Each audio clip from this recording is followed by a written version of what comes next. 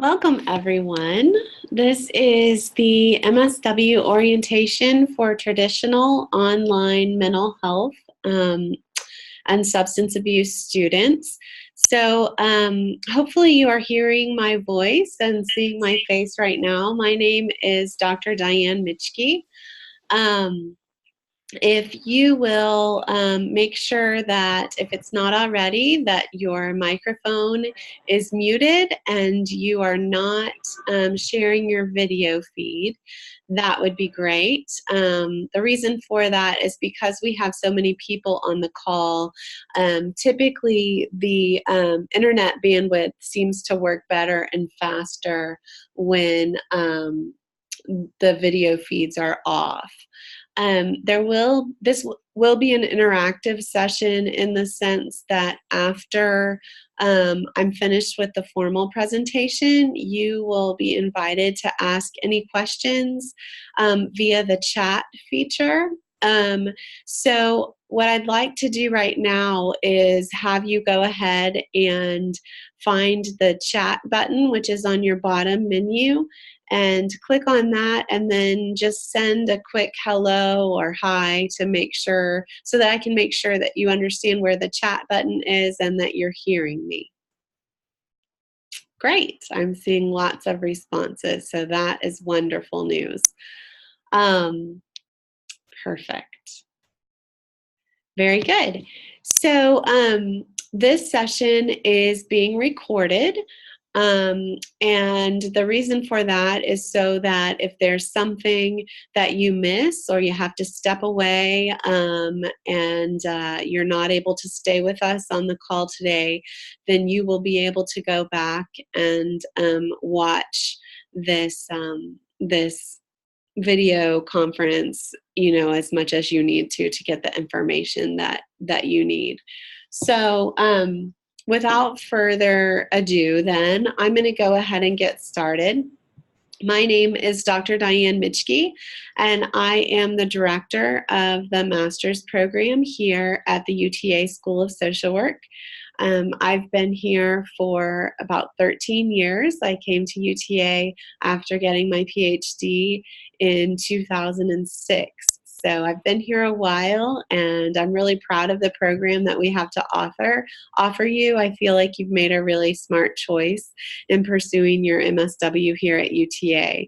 So the purpose of this orientation is just to introduce you to our program, to get you familiar with what you can expect, and to answer any questions you might have. I'm going to spend a good deal of time talking about some of the support services that we have in place to support you as online students specifically, because we really want you to have an experience where you feel a part of the UTA Maverick community. And so I'm going to talk specifically about some of the things that we've put into place to make you feel like you belong here at UTA. So I'm going to go ahead and get started. Let's see. I'm going to share my screen with you. This is going to be my PowerPoint presentation. So you should now see the PowerPoint presentation showing up on your end here.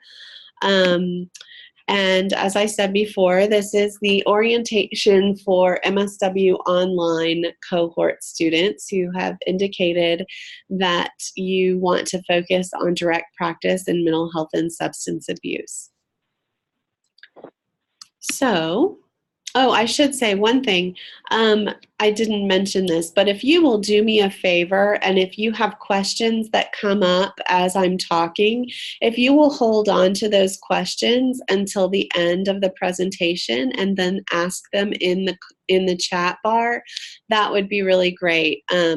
It's challenging when questions are coming up on the chat bar throughout the presentation because sometimes I get distracted and thrown off.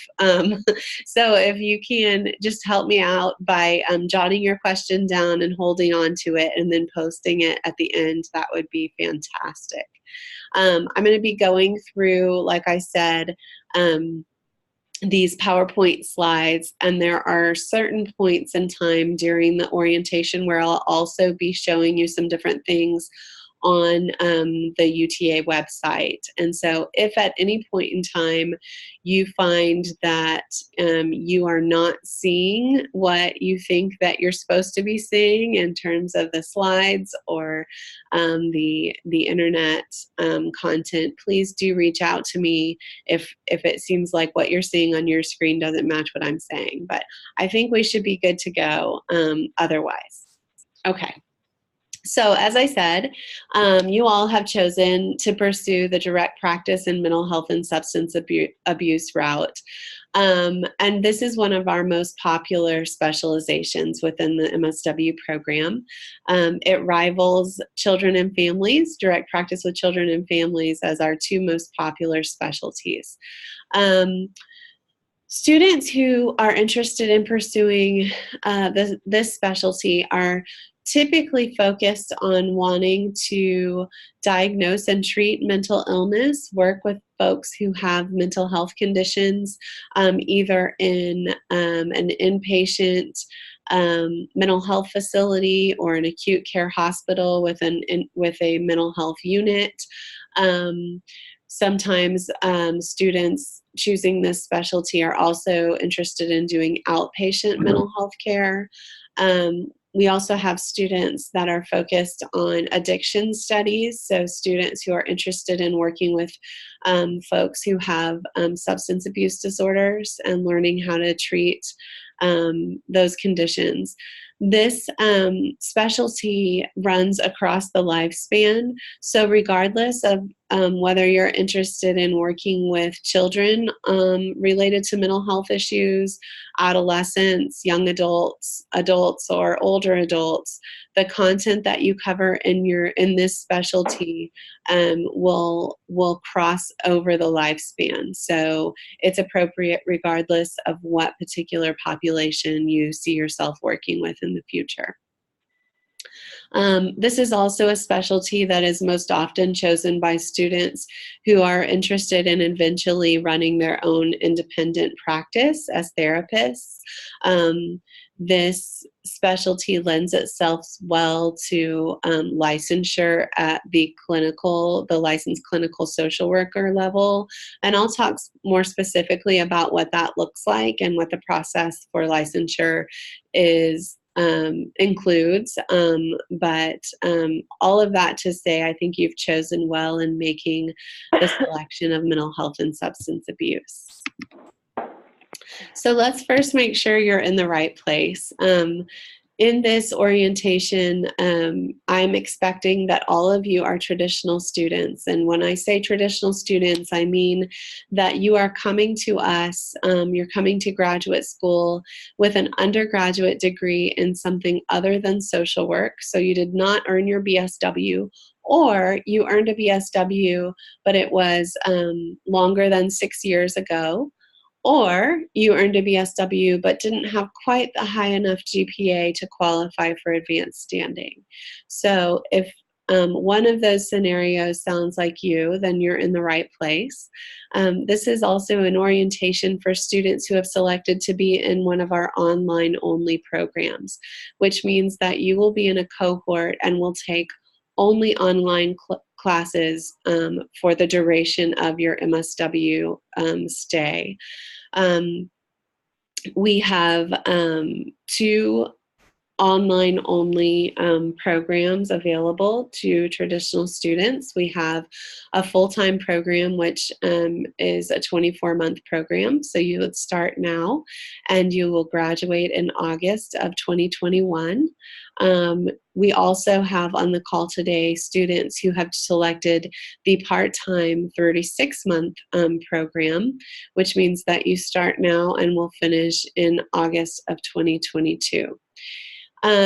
If you're feeling like you made the wrong choice, whether you meant to choose a different specialty, or you would be interested in exploring the option of taking both online and face-to-face classes, then please reach out to me or your advisor. after this orientation, we have a number of different options available to students. So do let me or your advisor know if you're interested in one of our other programs. Otherwise, I'm going to assume that you are in the right place and you are interested in our online-only cohort program at either the full-time or the part-time level. So this is the degree plan that you should have all received.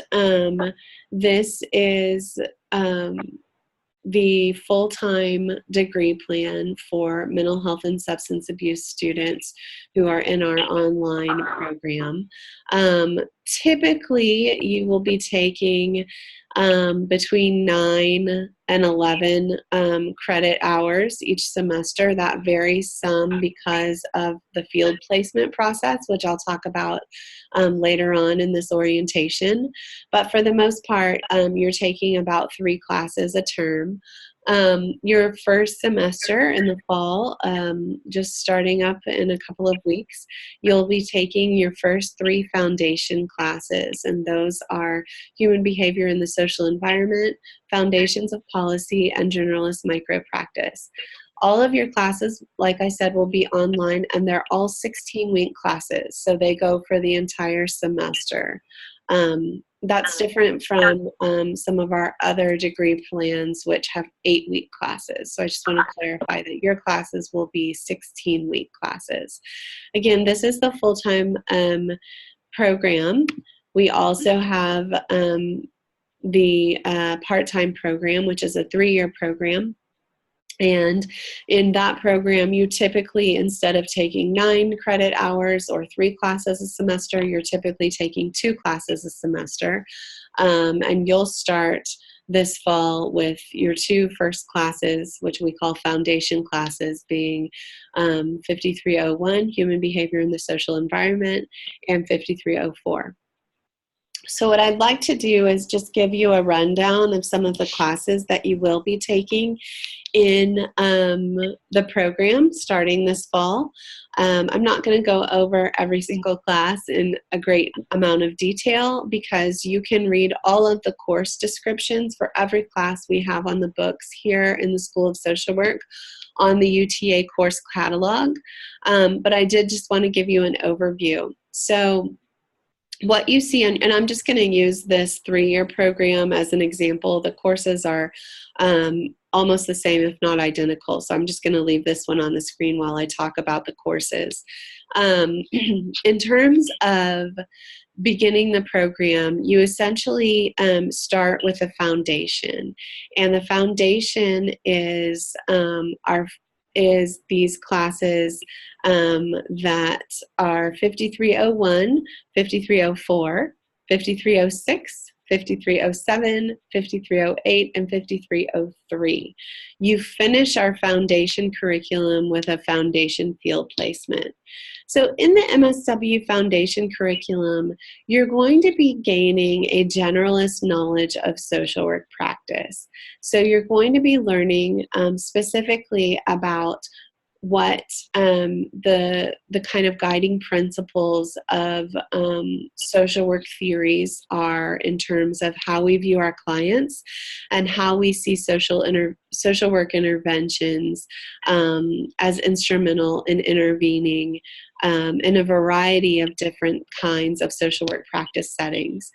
Your foundation curriculum is not going to be focused specifically on mental health and substance abuse because it's designed to give you an overview of the entirety of your options in terms of social work practice. The reason that that's really important is because the social work degree is not specific to a specialty. So while you have chosen the mental health and substance abuse specialty area and you'll be taking specific classes in your advanced curriculum in mental health and substance abuse, your degree, regardless of your specialty, is an MSW. So you'll be getting the same degree as students whose specialty is aging, children and families, or community administrative practice and health. And the reason that that is really fantastic is because it gives you the flexibility once you are 5 or 10 years into your career trajectory to decide, you know what, I focused on mental health, or I focused on substance abuse. I've been working in the mental health or substance abuse field for 5 or 10 years, and I'm sick of it. I'm burned out. I need something different. I need something new. Well, the great news is that social work, your MSW, is such a versatile degree that if that ever happens to you, you can get a job in a completely different area of social work practice and be qualified for that position by virtue of having your MSW. So that's one of the things that's really kind of unique about the MSW and really makes it stand out and makes it special, is that it does offer you that flexibility regardless of your specialty area to kind of do what you want to do after you graduate. So after you get that foundation social work curriculum down, in this particular degree plan, you'll be doing your field placement, your foundation field placement, in either the fall or the spring semesters, or both the fall and the spring semesters. If you are a full-time student, let's look back at that one again, you will be starting your foundation placement in the summer or the fall semester. So, so that's kind of what that looks like. If we look then at the advanced curriculum starts with 5311, which is an advanced micro practice. This is going to be building on the skills that you learned in your generalist practice curriculum and giving you more advanced critical knowledge related to dealing with clients who have who are in crisis or who are dealing with significant and multiple mental health issues. And so it's going to introduce you to some of the key social work engagement strategies designed around working with clients with complex conditions. You then will launch into your mental health curriculum. You'll start with a direct practice and mental health course, and that will primarily rely on use of the Diagnostic and Statistical Manual version 5. The DSM-5 is kind of your go-to manual in terms of diagnosing mental health conditions. So you'll learn about how to use that and actually how to not only diagnose conditions, but then bill insurance according to those conditions. You'll also learn about some of the most popular and well-researched treatment options related to mental health in that course.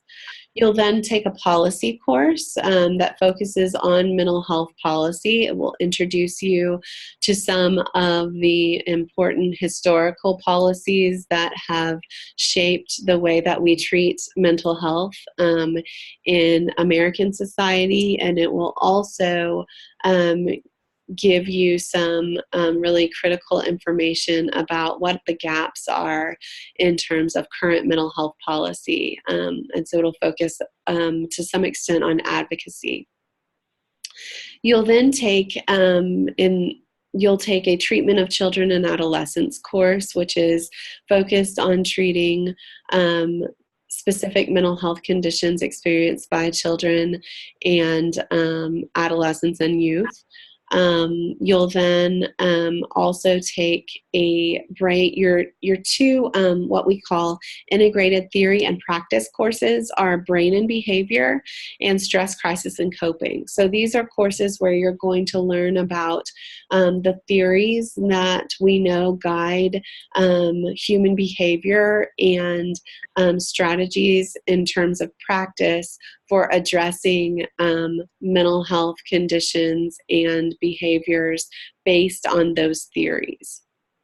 You'll take a class that's specific to substance abuse and treatment of addictive behaviors. You'll learn about many different kinds of addiction disorders, and then research-based treatment options for many different kinds of addiction.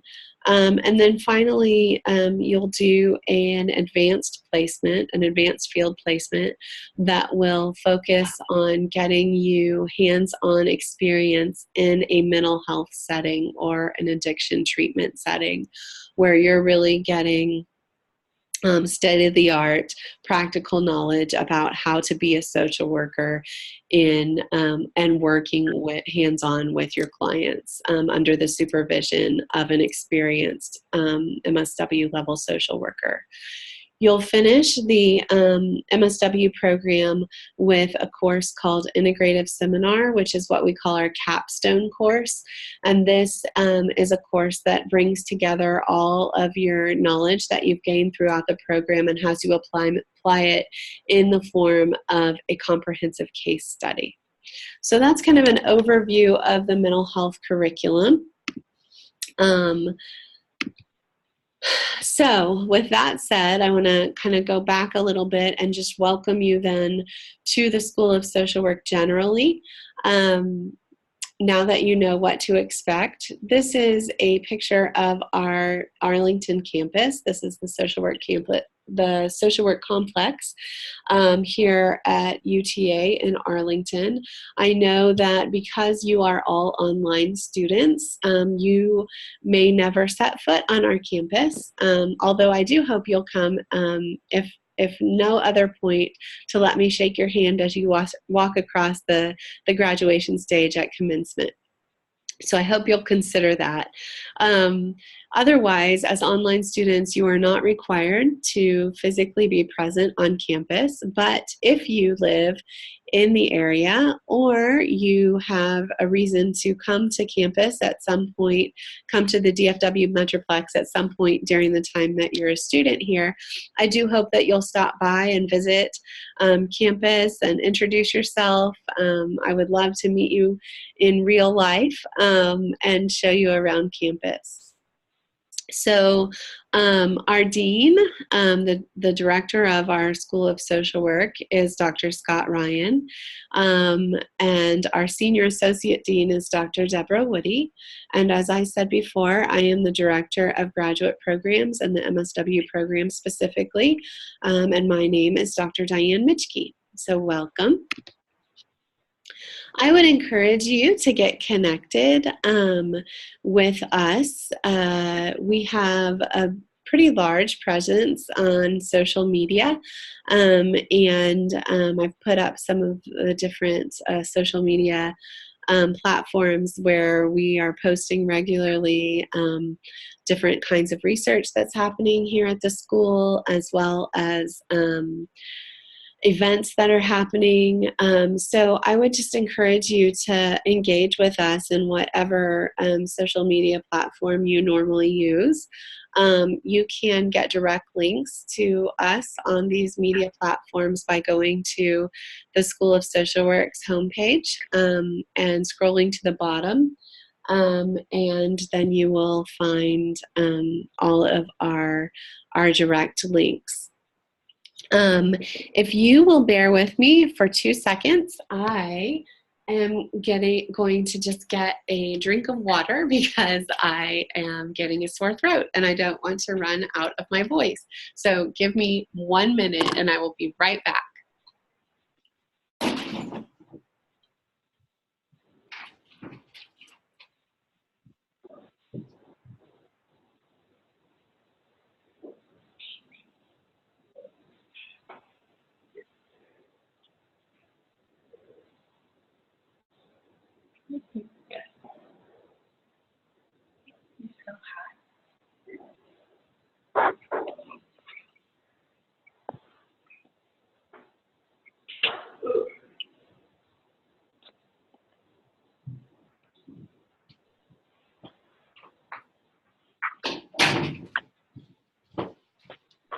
Okay, I am so sorry for that.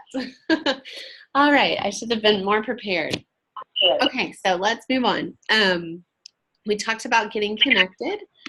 Um, I would also encourage you to download the UTA mobile app. This is just an app that you can download on your smartphone. It gets you, it will push notifications to you about things going on, research happening within the school and the larger university. It's a good way to stay informed about the larger UTA community. I just want to reiterate the fact that I think you've made a really good choice in choosing our MSW program. We're one of the most affordable programs in the nation at number 22.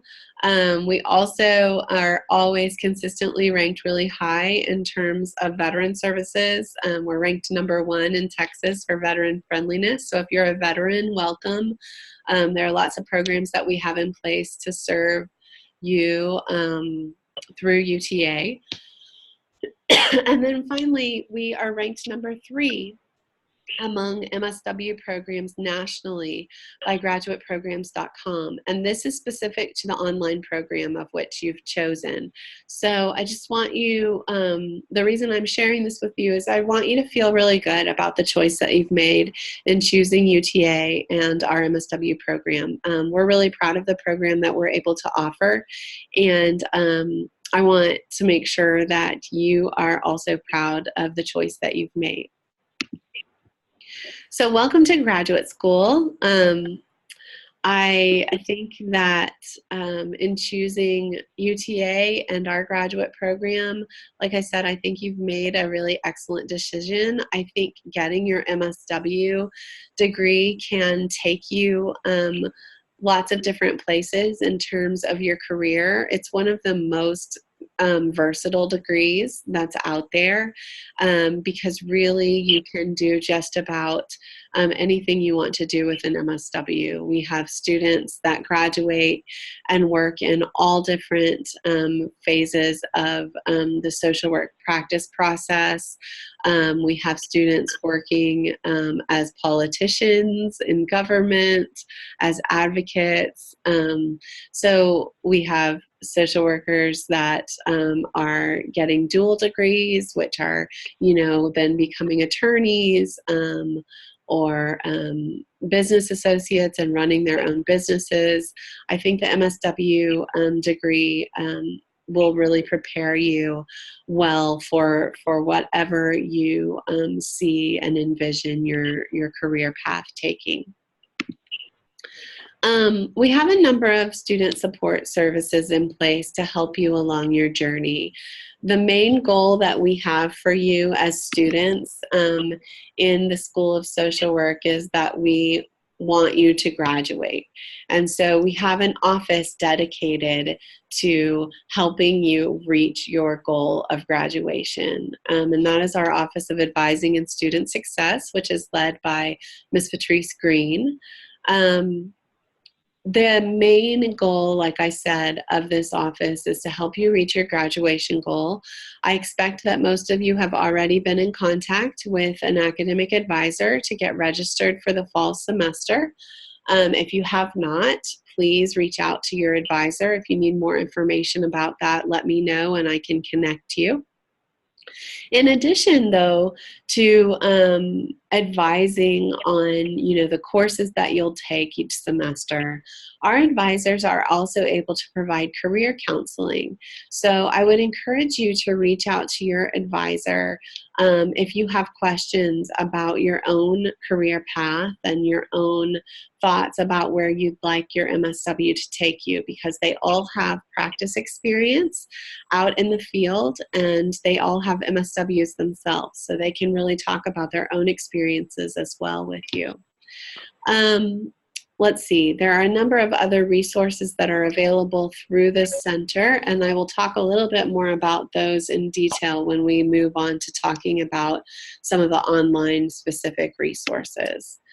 This is a list of all of our academic advisors. You can see they're broken down by last name. So you will be able to connect with your advisor according to the first letter of your last name. And like I said, if you have not yet connected with your advisor, please make sure you reach out and do that so that you are ready to go for the fall semester, which just starts in a couple of weeks. You can email your advisors directly via their email address. You can also go online onto the advising page of the social work website, and from there you can view your advisor's appointment calendar and schedule an appointment with them, a phone or virtual video conference appointment with them simply by going online and clicking on their calendar. So just know that that is also an option for you. There are a number of resources that are also available at the university level for social work students. You probably are already quite familiar with the UT Arlington main homepage. This is where you can find virtually everything you need from the main university.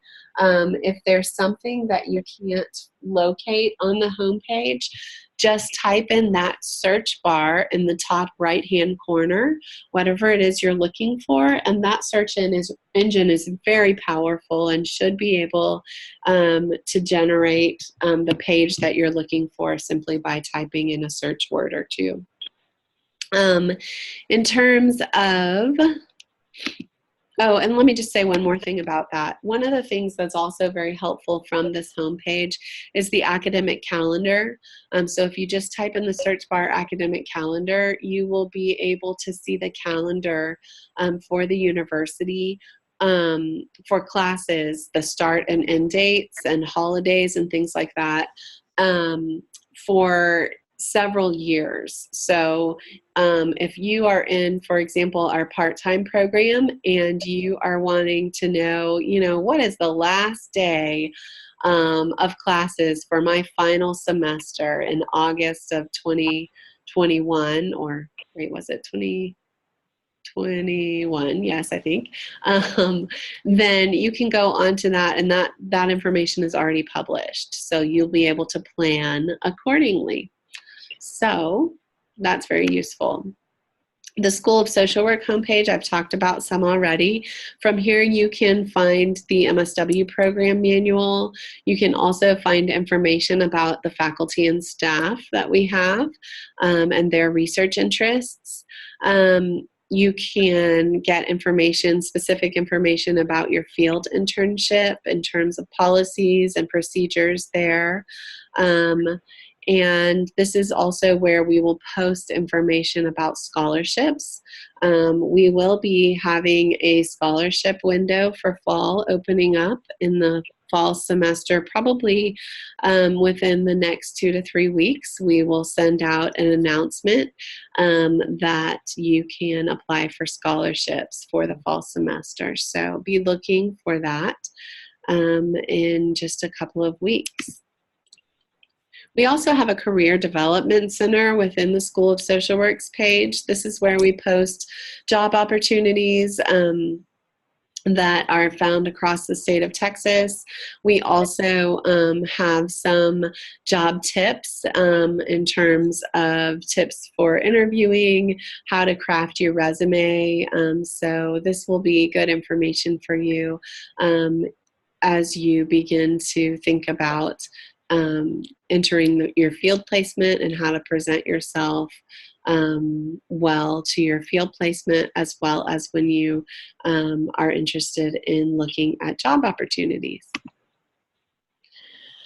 The Office of Student Affairs within the university is one that I want to highlight because it is really crucial. If you have been diagnosed with a disability that impacts your learning experience, or some kind of learning disorder in the past, then I would really strongly recommend that you go ahead and get registered with our Office for Students with Disabilities. They can talk to you about the different kinds of accommodations that are available to online graduate students.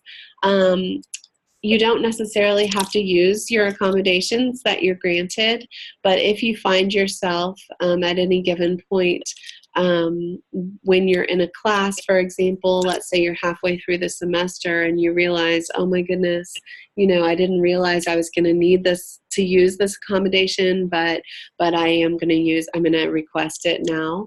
It's really nice to already have that on file with the office because it's pretty simple to just go ahead and get that accommodation granted rather than having to go through the process, at a midpoint in the semester. It makes it much more challenging.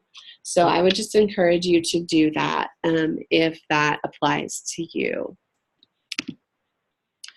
Some other resources, just to point you to the UT Arlington bookstore.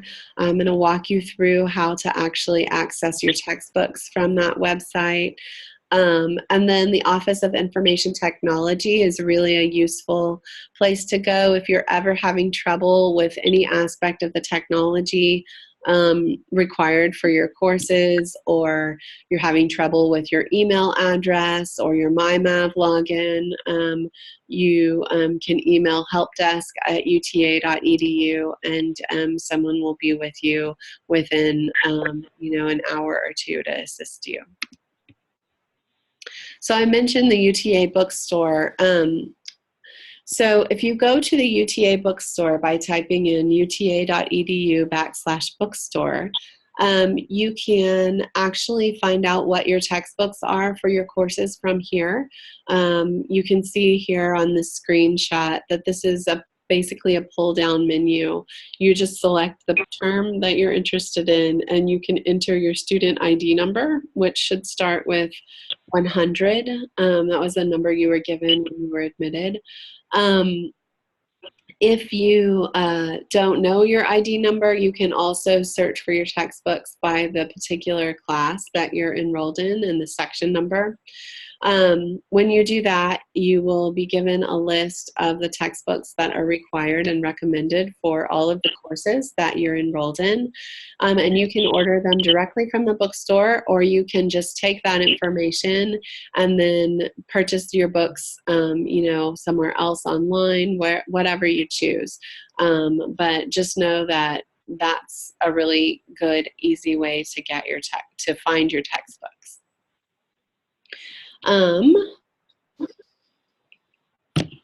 So something new for UTA this year is that we are now moving to a course management system called Canvas. And Canvas for us is replacing Blackboard. I don't know if you are familiar with either Canvas or Blackboard, but basically these are programs that are in place that allow you to take your course online. So it's what we call a course management tool. And we'll be using Canvas for you to log into your course and for you to do all of the things that you need to do within your course within a given semester. So because Canvas is new for us, there are a number of training resources that are available both to faculty and to students, because faculty are also learning how to use Canvas. And so I'd like to point you to some of those. So first, let me see here. I need to share a different screen with you. So let me do that. I want to show you the training information for Canvas. And so now what you should be seeing on your screen is a web page that shows training for students, and this is all specific to Canvas. You can see that there are lots of different links here, everything from logging into Canvas to updating your profile, And these are all little tiny videos that you can watch to help you understand how Canvas works. There are they are complete training videos that you can do, as well as just little short text, trainings, instructions. So depending on the way that you learn best, you can access those resources. I will tell you that if you have not used Canvas before, I hope that you will not stress about it. I was one of the guinea pigs for UTA and actually taught in Canvas as one of the first ones here at UTA to teach in Canvas last spring.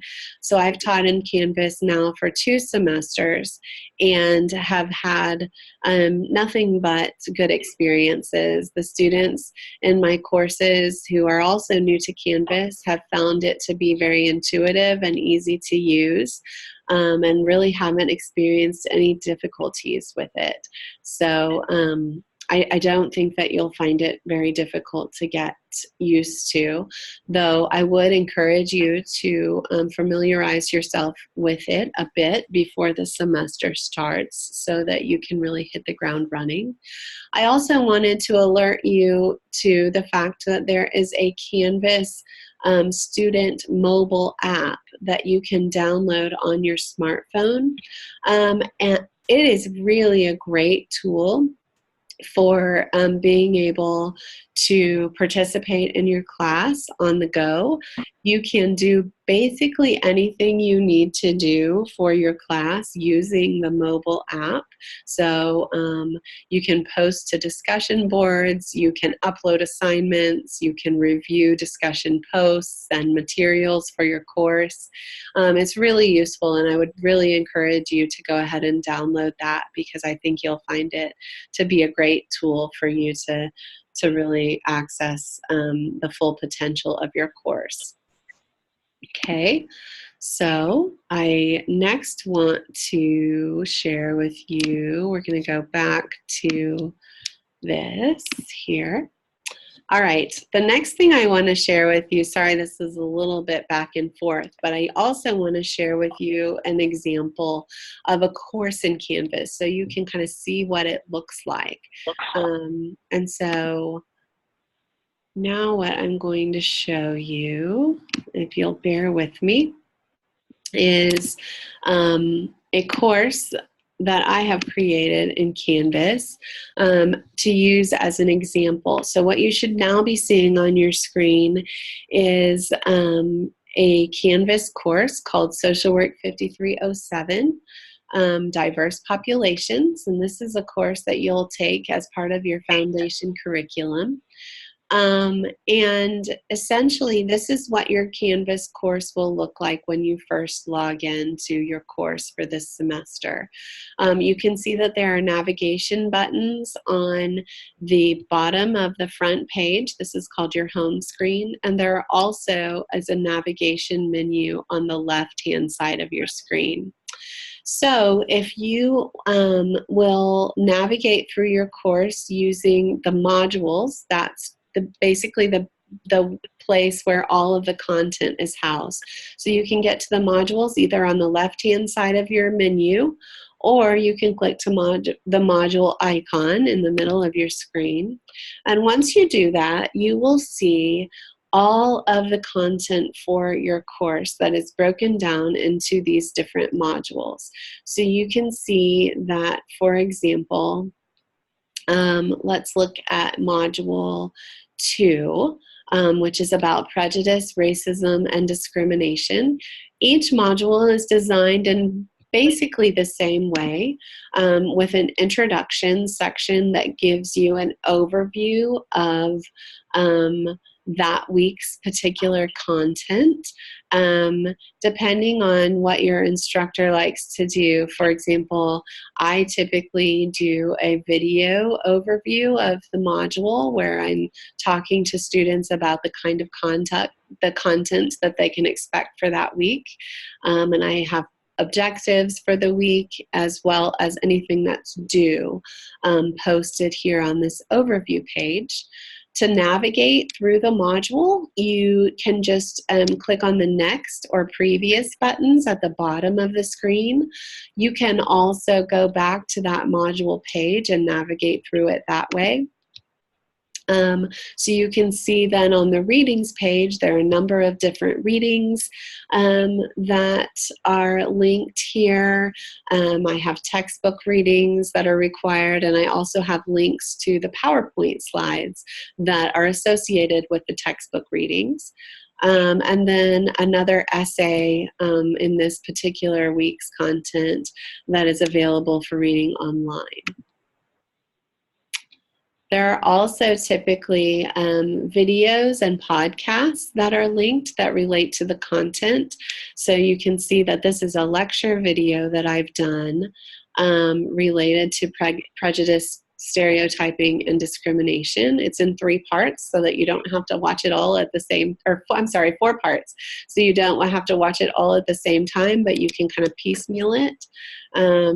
Sometimes there are podcasts where you can download audio content and listen to it on the go. Some students find that to be really useful as well. And then you'll see that this is a link to a discussion. So for this particular example, I was asking students to read an article that they found that related to racism that they found in the news, and then basically talk about how that article was relevant to the work that we do as social workers. So that's kind of it for this particular module. Every module will be different, and every course will be set up a little bit differently, but in general, that is the way that your courses will be set up. And you can access your grades by clicking on the grades feature at any point of time during the semester.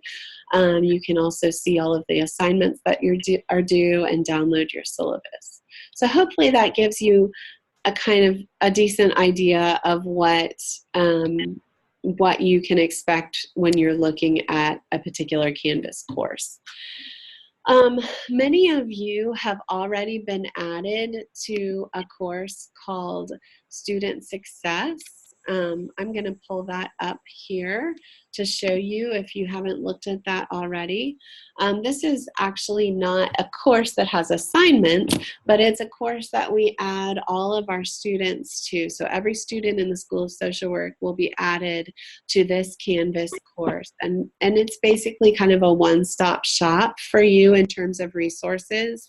It has links to your advisors, as well as lots of information to help you with writing. This is also a place where you can read about the different scholarships that we offer, and links to your student organizations and contacts for those student organizations, as well as information about the library. So you should already have access to this particular course in your Canvas dashboard. If you don't fret. We're adding more students weekly. So each week we add another group of students so that by the beginning of classes, you should have access to this course if you don't already. All right. Good. So we're going to move right along then and go back to our PowerPoint slides. I talked about the Student Success and Advising course. We're now going to talk, we're just going to move on. I've talked some about checking your email. I really encourage you to download your UTA email to your smartphone so that you can access it daily. You are automatically added to the MSW listserv, and so you will automatically be receiving messages from the listserv from the university based on your membership as graduate students.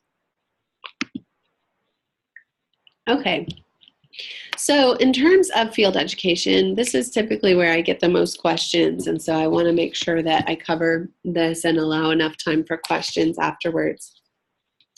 One of the great things about a social work degree is that you have a unique opportunity to participate in 2 internship experiences where you're getting really hands-on experience learning about what it means to be a social worker in the field.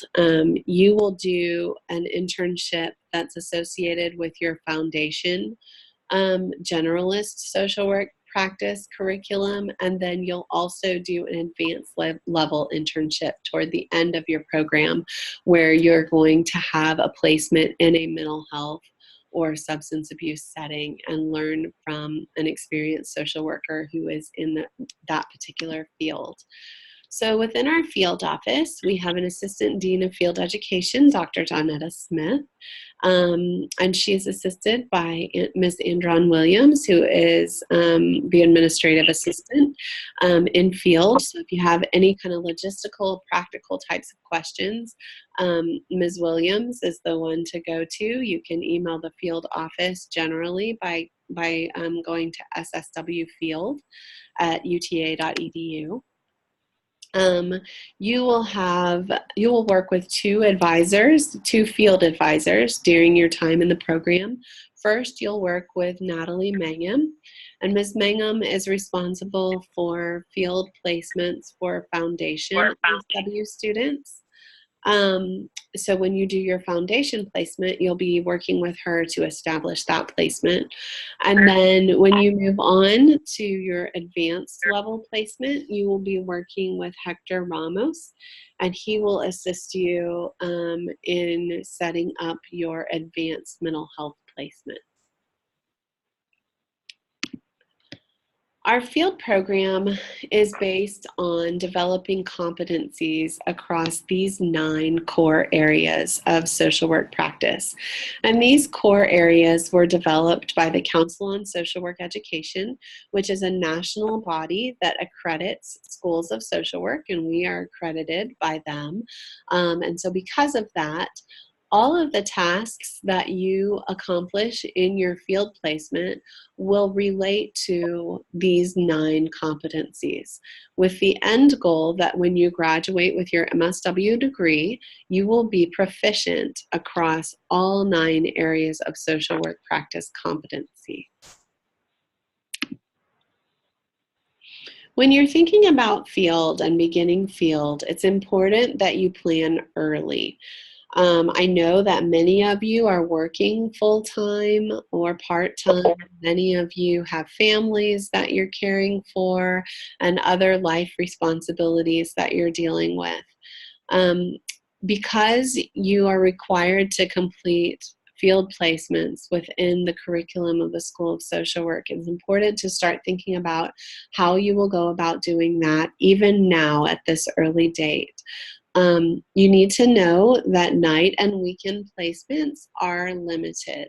And that this means that you're going to need to think about how you'll balance your current commitments with your placement requirements. And so there's an activity online that you can go through. It's on the field website that walks you through kind of some of the different things to think about as you're planning.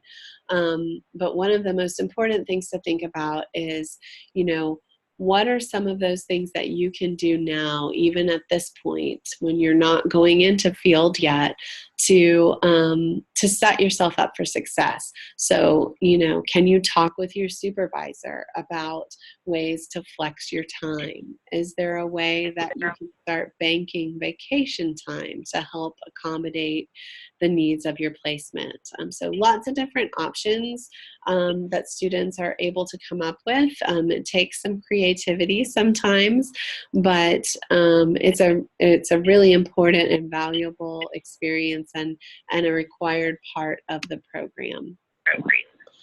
In terms of your MAVS email, I've talked about this already. You need to know that the Office of Field Education will only communicate with you through this MAV's email account. And so it's really important that you check it often, because they are the ones that are going to be assisting you in making sure that your field placement is good to go when the time comes. You'll also, be informed when the application window is open, and you'll want to go in and apply early, so that you are in the system and are ready to be successful in your field placement.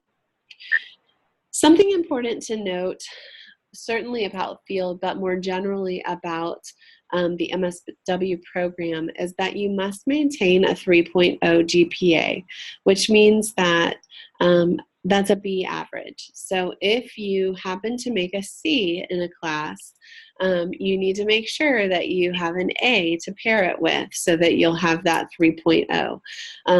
Good standing is a 3.0 or better. And so if you fall below that 3.0 mark at any point during your time at the school, you will automatically be placed on probation by the university. And then you'll have a semester to pull up that GPA back up over the 3.0. But for field, you have to have a 3.0 in order to enter your field placement. So that's a requirement, and we are not able to make exceptions, because that is policy that we need to stand by in terms of entry into field. In terms of getting ready for your foundation placement, you're ready to apply for your foundation placement if you have already completed the 3 first foundation courses, which are 5301, 5304, and 5306. Because you're in a cohort program, your cohort degree plan is designed to make sure that you're ready for field when you need to enter field. So it's not really something that you have to worry about. As long as you stay with your cohort and you're on track, then you will be ready to enter foundation field placement with all of your peers. So the way your foundation placement, this is your first placement, works is that you have to complete a minimum of 480 hours in the field. Most students choose to do that as what we call a split placement, which means that you're at the same agency for 2 consecutive semesters. The first semester would be called 5681, and the second semester you're registering for 5281. This basically means that you are completing about 16 hours per week at a placement. You do have the option of doing a block placement, and this is reflected on your degree plan as well. It's not a very common choice because it's extremely intensive. You're completing all 480 hours in one semester if you do a block, which means that you're basically at your placement for about 32 hours a week. So this is not something that's manageable for most students, but there are exceptions, and so block is an option for you if that's something that works better with your schedule. Once you finish your foundation placement, you'll be ready to move into an advanced MSW placement. And so because you're direct practice in mental health and substance abuse, you will have finished all of your foundation coursework and also will have done your advanced micro practice and direct practice in mental health course. That will set you up to be successful in your advanced placement, which will be focused exclusively on mental health and or substance abuse. It works the same way. It's a 480-hour placement. Most students do it as a split placement across 2 consecutive semesters. So they're spending about 16 hours a week in the field. But you again have the option to do a block placement, which means that you would be in the field at your agency for about 32 hours a week. In terms of applying for field, you'll receive an email on the listserv that will tell you that the application window for field has been opened, and it usually is open for 2 to 3 weeks. During that time, you will click on the link to complete all sections of the application, and then you'll submit it. At that point, you will also need to submit proof that you have liability insurance. We have links on the website to companies that will offer you liability insurance. It typically costs between $30 and $50 for a year's certificate. So don't go and purchase this until you're ready to apply for field right before the semester you're entering field, because it's only good for a year. So you want it to cover you for the entire time you're in field. So the way that your match will work there are kind of two different ways that it can work. The first way is that if you are an out-of-area student, meaning you do not live in the DFW Metroplex, you will have the responsibility of finding your own field placement, both at the foundation and at the advanced level. But before this sounds crazy stressful, know that we do have established relationships with a number of agencies across the state of Texas, primarily in our larger cities like Houston, Austin, San Antonio, Lubbock, El Paso, Amarillo, Waco. But if you live in a smaller city, we do have some placements also available that have already been established. So you will work with your advisor, your field advisor, to find out if there's a placement that could work for you, that we've already established an agreement with in your area. If there's not, then you will reach out to potential placements in your area, hospitals and in outpatient mental health facilities, different mental health treatment centers, addiction recovery centers, those kinds of places for your advanced internship. For your foundation internship, you really have a lot of flexibility in terms of really choosing any area of social work practice. The main thing to remember is that you must be supervised at your internship by an MSW level social worker with at least 2 years of experience. So that's an important thing to think about. If you are a student who lives within the DFW Metroplex, we are affiliated with over 700 agencies here in the Metroplex. And so your field advisor will be able to match you up with an agency here in the Metroplex if you provide your geographic location, and we have agencies that meet your needs here in the area. We can assist you with a little bit more hand holding in that area. But your field advisor is really your go-to person in terms of finding a match and establishing an affiliation with an agency. There's lots of information on the field website about agencies that are affiliated with us and the steps that you need to take in order to approach an agency and ask them if they would be willing to be a field placement site. You can explore that on your own and also reach out to your field advisor if you have questions about what that process looks like.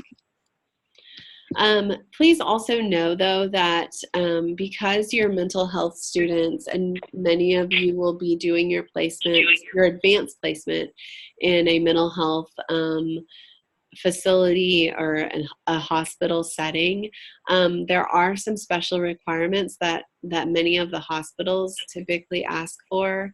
I've listed those on the screen. So if if you can do some work on the front end in terms of going ahead and finding your list of current immunizations, going ahead and taking a CPR class, those kinds of things, that will set you up really well, so that you'll have a seamless transition into your advanced placement. Again, most of you will not be placed in a hospital setting for your foundation placement, so it's something to think about longer term.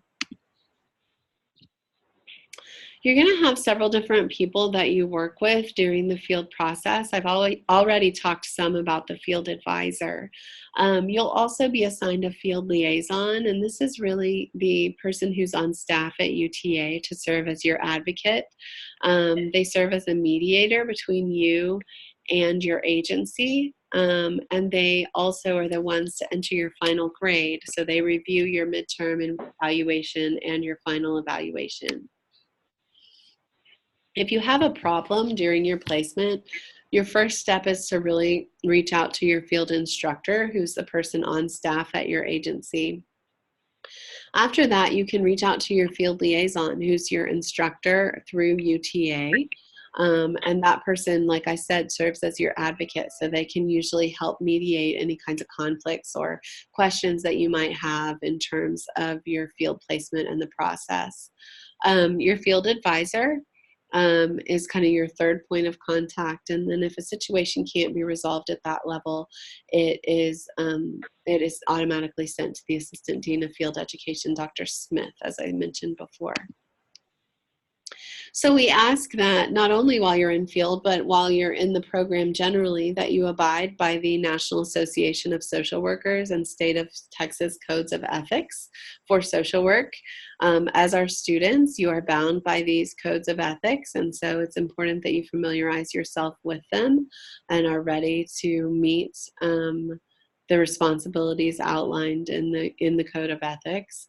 We'd ask that you accept supervision and feedback and recognize that field is a learning experience, as are your classes. So try and be open about the kinds of feedback that you're getting, and make sure that you're taking in everything and knowing that it's the feedback you're getting is really to help you become a better social worker once you get out in the field. We talked already about the hierarchy, and you'll submit your documentation to your field liaison. Important dates are always included on the field calendar, which is on the website. There also will be field orientations that will be held several times each semester. So don't feel like you have to have gotten everything I talked about today, and then that's all the information you're going to get about field. Before you enter your placement, you will be able to attend a field orientation that will walk you through all of the different components of field, including, how to complete your timesheet, how to reach out to your liaison, what the process is for evaluating your practice, that sort of thing. I typically get some questions about licensing. So I just wanted to make sure that we go over what licensing looks like for social workers briefly. And this may be review for a lot of you, but just so we're all on the same page. When you graduate from our program, you're graduating with an MSW degree, which will make you eligible to sit for your first level of licensure, which is the LMSW. This is the license that's required for most MSW employment positions, and about 2/3 of employers require a license. As I said, the LMSW licensure is immediately available following graduation. Actually, in your final semester of the program, you can request a letter from the dean that will attest to your completion of the program, and you can submit that to the board and then be granted permission to take the LMSW licensing exam during your final semester. That makes you eligible to get your license right after you graduate, and don't have a delay between getting your license and starting your new job. Some students decide that once they get their LMSW, they'd like to go ahead and begin to pursue their LCSW, which is the Licensed Clinical Social Worker license. And this is kind of the next level of licensure. It requires 3,000 hours of supervised clinical social work experience.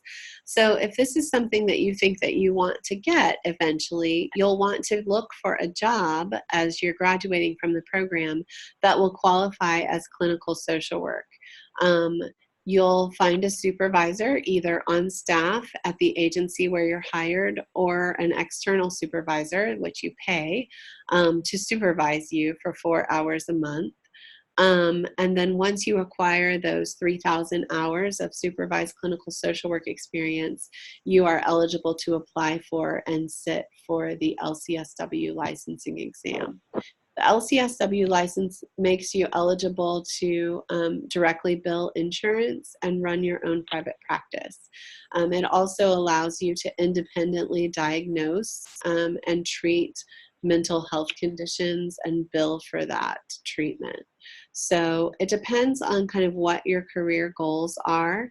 I would say definitely the majority of social workers do not pursue the LCSW. It just kind of depends on where you see yourself going, and you can go ahead and get your LMSW and then, 5 or 10 years later decide you want to start pursuing your LCSW. There's no time limit on it. I wanted to make sure you understood that the graduate program is an opportunity for you to engage in research if that's something that interests you. We have a couple of programs that are available. First, we have a graduate research assistantships, and these are MSW students who are hired by individual faculty members with grant funding to participate in various aspects of running their research projects. We also have the opportunity for you to complete a thesis as an alternative to your integrative seminar course, which is that final course in the last semester of the program, your capstone course. The thesis option allows you to work independently and individually with a faculty member to pursue an area of social work practice that you're interested in diving a little deeper into. We have, as I said before, a very large faculty, about 50 faculty members who are all highly engaged in research. And so lots of opportunities to share your research interests with a faculty member and to really dive into something a little bit deeper. If you want to learn more about what is involved in completing a thesis, I would love to talk with you more specifically about the thesis option. Please reach out to me individually, and I can talk with you about your area of interest and talk to you about whether or not the thesis might be a good route for you to go. I don't want to end without talking first about professionalism. It's really important in the School of Social Work that you conduct yourself as a professional and that you use respectful communication when you're communicating with your peers as well as with your instructors and other social work staff. It's sometimes in social work, we will be talking about issues that are controversial. You'll be asked to provide your thoughts about a variety of different topics in your classes on discussion boards and things like that. And sometimes you may disagree vehemently with your peers or even with your instructor. And I would just ask that you maintain a sense of professionalism regardless of your personal feelings about a particular issue. And remember that we're all kind of here to learn and to grow together, and that being respectful is an important piece of creating a safe space for that learning to occur. So how to get connected. As online students, I know that sometimes it may feel like it's challenging to feel like you're a real part of the Maverick community. And so we've put a number of different things in place here at the school to help facilitate that feeling of connection and feeling like you belong. One of the ways that you can get connected is by joining one of our many student organizations. We have lots of student organizations, as you can see, and our very newest one is this environmental justice organization. So if you're interested in learning more about environmental justice and how that relates to social work, I would encourage you to explore that some more. Certainly, even though you are mental health students, you don't have to belong to the mental health student organization. You can choose any of them, all of them. It's really up to you. But we do have about half of our students in the master's program are online students, and half are you're on campus. And so what that means is that all of our organizations are tailored to both types of students. So if there is a face-to-face meeting of one of these student organizations, they will do a live feed, a live broadcast for online students. We have many of our online students are actually leaders and officers in these organizations. So please don't think that because you are not physically in Arlington or on campus that you can't actively participate in a student organization. We're having a new program that we're developing this year. It's called a Graduate Student Leader Program. And it is going to be a program that we're putting in place so that you have, as a cohort, you have your own individual graduate student leader who is a peer among you, who has been selected to really step up and serve in a leadership role, to be an advocate for your cohort. I want to just introduce to you kind of some of the responsibilities of graduate student leaders, because we are in the process of developing the application, and we'll be sending that out within the next couple of weeks to select our graduate student leaders for 2019-2020. So these are people who responsibility lies in advocacy for students' needs and facilitating dissemination of information. These are going to be folks who are excellent communicators. They will host bi-weekly, every other week, they will have a virtual or face-to-face listening section with the students in their cohort, and they will provide any feedback that they receive from you as students to me and to some of the other people on our administrative team, in terms of if you're having issues, if you're having trouble getting in contact with someone, if you have questions about something. Your GSL is going to really be your point person and your advocate to getting your questions answered quickly and to helping you kind of communicate directly and feel like you're a part of this larger body. I want my GSLs to be really active in social media. They're going to be kind of cheerleaders for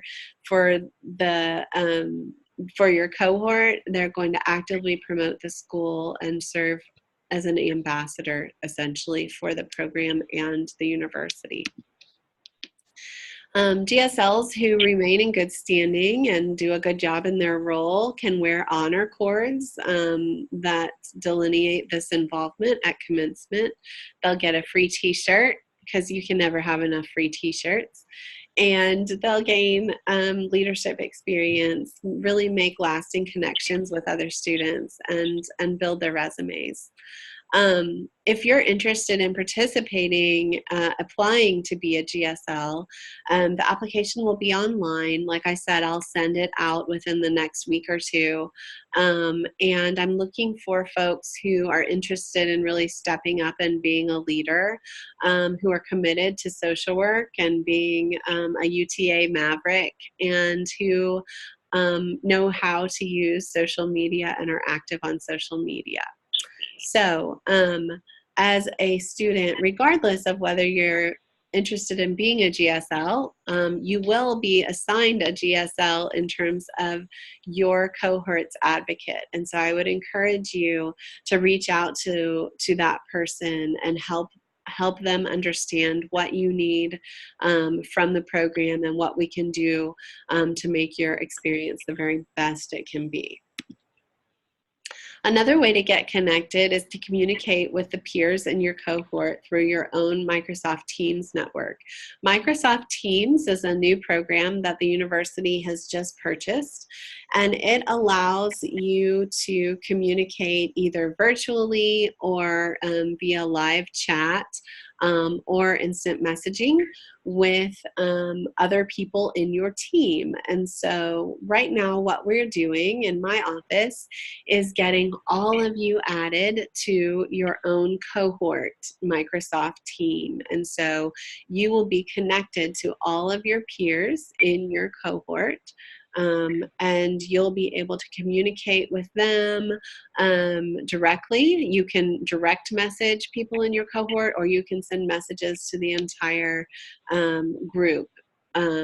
And so I'm expecting that this will be a really great communication channel for you to be able to know what's going on, for you to ask questions, and for you to be able to share resources about mental health, for example, and substance abuse that you find, so that you can really stay connected virtually. I mentioned participating in live online group sessions with your graduate student leader representatives. We will also have opportunities via Teams and through our live online group sessions for faculty to share with you some of their research that they're doing, to really help you get engaged and connected with faculty at a deeper level. We will also be having a weekly MSW newsletter. This will go out virtually on the listserv, so to your MAVS email address. It will also be posted on the School of Social Work's Facebook page, as well as our Instagram account, and we'll have a link to it on Twitter as well. So kind of however you best get your information, it will be there. But basically, the newsletter will give you information about important dates to look forward to. So for example, when the scholarship window opens up, we'll have that information on the newsletter. We'll be highlighting a spotlight student of the week so that you can start getting to know some of your fellow MSW students virtually. We'll also have information about job opportunities and extended learning events. So finally, I would encourage you to reach out to others in your cohort and connect in real life.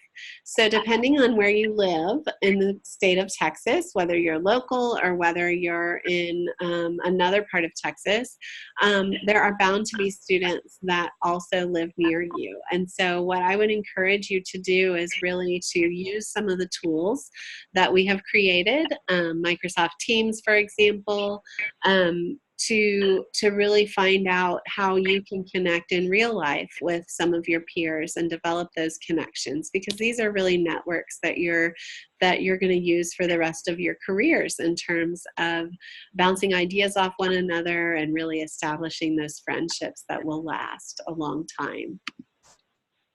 So as I already said, my name is Diane Mitschke, and this is my email address. You've already been in communication with Ginger Jackson, who is the MSW program assistant.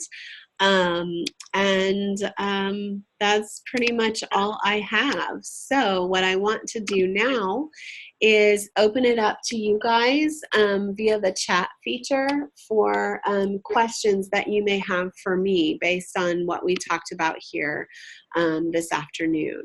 So I'm going to just allow you to ask the questions and I'll answer them, and I promise everybody's question will get answered.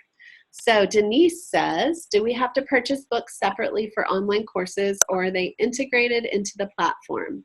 They are not integrated into the platform. Many books do have an ebook option, but you do have to purchase them separately. They are not something that come with the course, with the exception of a few courses that are experimenting with what we call open source materials.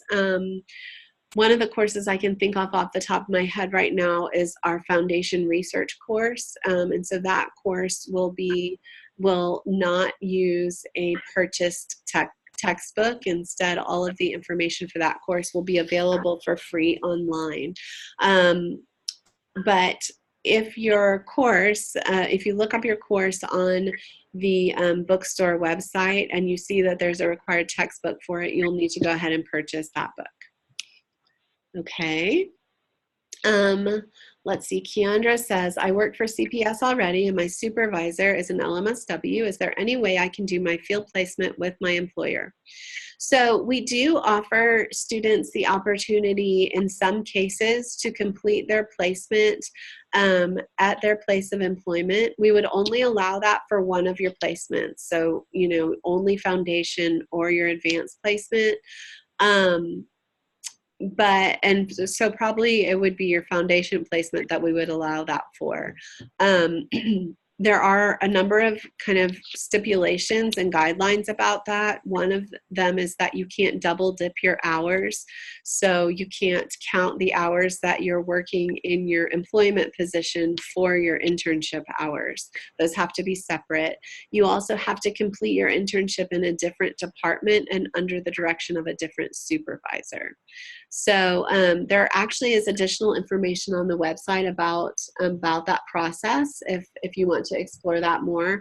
You can also reach out to your foundation field instructor, field advisor, who is Natalie Mangum, and she can talk you a little bit more about what that might look like. I have a question from Maya who says, do you recommend we purchase the DSM-5? I do. I do recommend that you purchase the DSM-5. You don't need to purchase it right now because it will not be something that you'll need in your foundation curriculum. Certainly you will need it for your career as a social worker, and you will use it in your direct practice and mental health class, which is one of the first classes that you'll take as part of the advanced curriculum. So you've got a little while before you need it, but eventually, yes, you will need to purchase it. Amber says, who is the contact for information on completing field placements at place of employment? So similar to the previous question, you would reach out to your field advisor, who in your case would be, oh my gosh, I just blanked, would be your foundation field advisor, and she will, I'm so sorry, Natalie Mangum, and she will help you. There also should be information about that process on the web. Brittany says, do you have to have a license to do outpatient therapy work, not in your own practice? Typically, yes. It may be an LMSW license, but typically anytime you want to call yourself a social worker and do social work, you're going to need a license. So that could be the LMSW in that. But it just kind of depends on the position, whether you would need an LMSW or whether you would need to be working toward your LCSW. Denise says, is insurance required to be purchased for both foundation and advanced field? Yes. Anytime you're in a placement, you have to be covered by insurance, and that's to protect you in case one of your clients in your placement would sue you, or the agency, you would be protected and you would not be personally liable for that lawsuit. Micah says, I noticed a difference in the full-time and part-time programs. The 53-58 class wasn't on the part-time course list. Is there a reason that one is not on here? It's for treatment of children and adolescents. Yes, we selected a different class. That's why I said they're not totally the same. Treatment of children and adolescents is an elective course. So for the part-time program, we chose a different elective for that particular degree plan. DSM-5, Cynthia's asking, what is that? The DSM-5 is the Diagnostic and Statistical Manual. It is basically the tool that social workers and psychiatrists and psychologists use to diagnose mental health disorders. So it lists all of the diagnosable mental health conditions, and that is a tool that you will use in your advanced coursework in terms of learning about how to diagnose and treat mental health conditions with your clients. So Najala says, so when exactly will foundation placement start, and when will we get more information on that? So that is outlined in your degree plan. So depending on whether you are a part-time student or a full-time student, you'll see in bold on your degree plan, it tells you when you will do your first field placement. So you'll apply for that placement the semester before, and there will be emails that will come out from the field office that will tell you that it's time to apply for your field placement. And so you'll go in and apply at that time. Let's see. The academic calendar shows that the last day of classes is December 4th and final exams are the 5th through 11th. Does that final exam week pertain to the online students as well? Yes, it does. So there's potentially, you may potentially have a final exam during the 5th through 11th. That is fair game in terms of the final exam period. I will say that most courses, most instructors choose to do their final exam by the last day of class, but that's not always the case. And so you need to be prepared that if your final exam falls within that week after the semester ends, that you're prepared to do that. Let's see. Crystal says, how do you know what each faculty is researching so you can apply for an assistantship? Are assistantships paid? Can online students do those? Yes. So the faculty are listed on our School of Social Work website, and there's a faculty and staff heading on the website. You can actually choose that, and then it will show you the research interests of individual faculty members. If there are paid positions available, you will receive an email on the listserv or within the MSW newsletter where we will advertise specific positions for graduate research assistants opportunities. We have paid and unpaid positions. So if you're interested in working on research with a faculty member, but there aren't any paid positions left, you are also welcome to partner with a faculty member in an unpaid role. That's also an opportunity to consider gathering data for an eventual thesis. So that's an opportunity. And yes, all of these opportunities are open to online students. Let's see, Tabitha says, what is the process for the integrative seminar or capstone? How is it completed?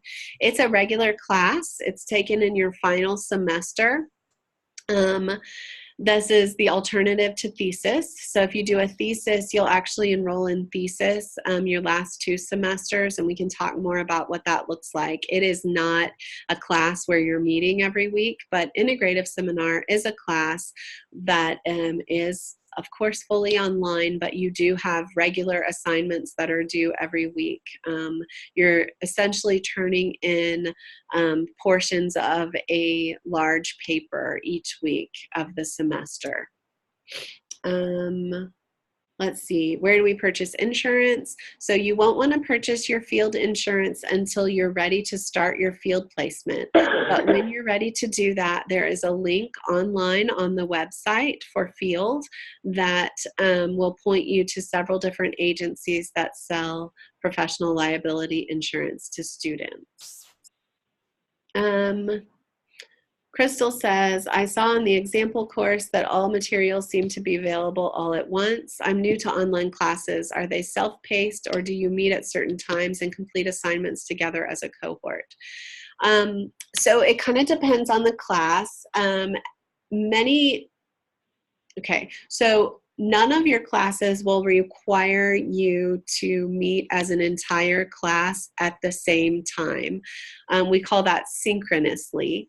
However, you may have group projects where you are required to meet with a smaller group of students virtually at the same time. And that would be according to your group members' schedules and finding a time that works for everyone. Your courses in the program are designed to be done at your convenience within the limits of a particular module. So modules are typically associated with each week. So you can't, for example, you can't go into the semester and say, I'm going to complete all of the work for all 16 weeks of the semester during the first 2 weeks, and then I'll be done with it. It doesn't typically work that way. Typically, instructors are releasing content one module at a time. And then you'll all work on that particular module. You'll participate in the discussion board, and you'll be reading, for that particular module or week. And then once that week is over, the instructor will release the next week's content. I was just showing you on the example course kind of what a complete course might look like. Okay, so that is the last question I see posted. If I'll wait just a couple more seconds to see if anyone else has anything they wanted to say at the last minute. Okay, if not, I am very excited to welcome you to the MSW program at UTA. I hope that this was helpful to you. I know it's a lot of information all at once. As I said before, I did record this, and so you'll be able to access that recording afterwards. It takes a day or two for it to actually, it's a big file, so it takes a day or two for me to actually get it downloaded and posted. But you'll have access to that. I hope that you will reach out to me if you have additional questions, and that you'll connect with your advisor. If you have not yet gotten your questions answered in terms of course registration, yes, I will. I'm getting questions about how you're going to get your video. Yes, we will. I will have Ginger Jackson send you the link so that you'll have access to the link after the fact. So thank you again. I look forward to working with each of you, and welcome you to the program. So thanks so much, and we will end the call now.